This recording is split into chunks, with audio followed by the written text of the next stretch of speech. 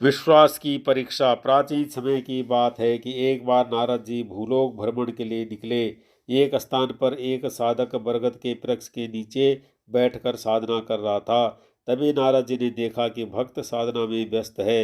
वो आगे बढ़ गए। संयोगवश 10 वर्ष पश्चात फिर से वहीं से नारद जी का गमन हो रहा था और नारद जी देखते हैं कि साधना में व्यस्त वह व्यक्ति अभी भी वहीं लगा हुआ है।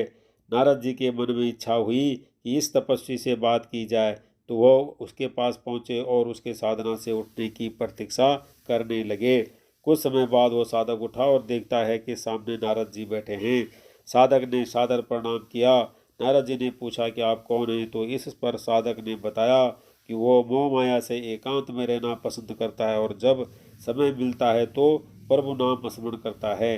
नारद जी ने कहा कि वो आपकी साधना से प्रसन्न हैं और प्रभु के पास जा रहे हैं। यदि आपका कोई प्रश्न हो तो पूछ सकता है और मैं प्रभु नारायण को पूछकर वापस आते समय आपको बता दूंगा। साधक ने कहा कि वैसे उसकी कोई ऐसी इच्छा नहीं है, परंतु यदि आप नारायण के पास जा रहे हैं और प्रश्न पूछने का आग्रह कर रहे हैं तो मेरा यह प्रश्न है कि मेरी भेंट प्रभु से कब होगी, यह प्रश्न आप पूछ देना। नारद जी ने कहा, अवश्य मैं इस प्रश्न को पूछकर जब वापस आऊंगा तो आपको बता दूंगा। नारद जी आगे बढ़ गए। आगे चले तो उनको एक नाग मिला। उन्होंने नाग से पूछा कि आप यहाँ क्या कर रहे हैं, तो नाग ने कहा कि इस जमीन के नीचे धन गड़ा है और मैं उसकी कई वर्षों से सेवा कर रहा हूँ और प्रभु का स्मरण करते हुए अपना समय व्यतीत कर रहा हूँ। नारद जी ने उसे भी प्रश्न पूछने के लिए कहा तो उसने पूछा कि उसकी मुक्ति कब होगी, यह पूछ देना। नारद जी आगे बढ़ गए। नारद जी विष्णु लोक पहुंचे और प्रभु के दर्शन किए और प्रभु से उनके भक्तों के प्रश्नों को पूछा। तो प्रभु नारायण ने कहा कि नाग का उद्धार 4 वर्ष पश्चात हो जाएगा और बरगद वाले साधक से कहना कि उससे मेरा मिलन जितने उस बरगद के वृक्ष पर पत्ते हैं उतने जन्मों बाद होगा। नारद जी प्रभु से आज्ञा लेकर चल पड़े और रास्ते में सोच रहे थे कि उस साधक का उत्तर कैसे दिया जाए। वह तो अपना उत्तर सुनते ही कहीं बेहोश न हो जाए या दुखी तो अवश्य होगा। नारद जी ने पहले नाग को बताया कि उसका उद्धार 4 वर्ष पश्चात होगा। नाग बहुत खुश हुआ। इतने वर्षों का फल मिलेगा यह सोचकर खुशी मनाने लगा। नारद जी चल पड़े। जैसे ही साधक के पास पहुंचे तो साधक ने उत्सुकतावश उत्सुकता से अपने प्रश्न का उत्तर जानना चाहा।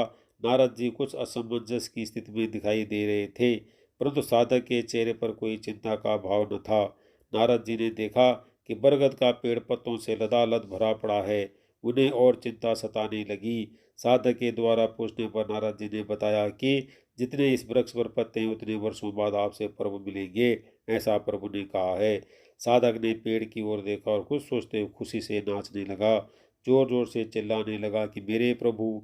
नारद जी ने सोचा शायद इसे सदमा लग गया है या फिर ये पागल हो गया है, परंतु कुछ देर बाद साधक शांत हो गया। नारद जी ने पूछा कि भाई, इस पर आपको दुख नहीं हुआ कि इतने जन्मों बाद दर्शन होंगे? तब साधक ने बताया कि यह कोई चिंता का विषय नहीं है कि अब होंगे दर्शन या तब होंगे, क्योंकि यह 100% की पुष्टि हो गई है कि प्रभु के दर्शन होंगे और जब उनके दर्शन होंगे तो मेरा उद्धार हो जाएगा। तभी वहां पर शंख चक्रधारी भगवान विष्णु आ गए और उस साधक को साक्षात दर्शन देकर उसका उद्धार कर दिया, क्योंकि उस साधक को किसी भी प्रकार की जल्दबाजी नहीं थी। वो तो उस ईश्वर पर विश्वास करता था। दोस्तों, विश्वास पर ही संपूर्ण धरती टिकी है।